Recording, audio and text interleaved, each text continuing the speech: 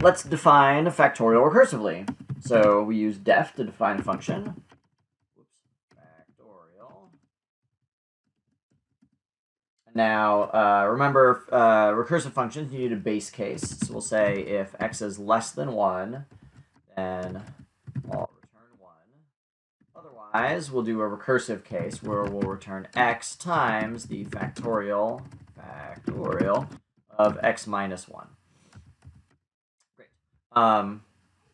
Let's load our function definition that way. And now I'm going to use it in the interactive console here. So I'll say factorial 3 is giving us 6 the way that it should. 4 gives us 24 the way that it should. So something I wanted to show you was in Java, if you're using like an int data type, for example, you can experience overflow, where the value is too large to be contained in the amount of memory that's allocated for that data type.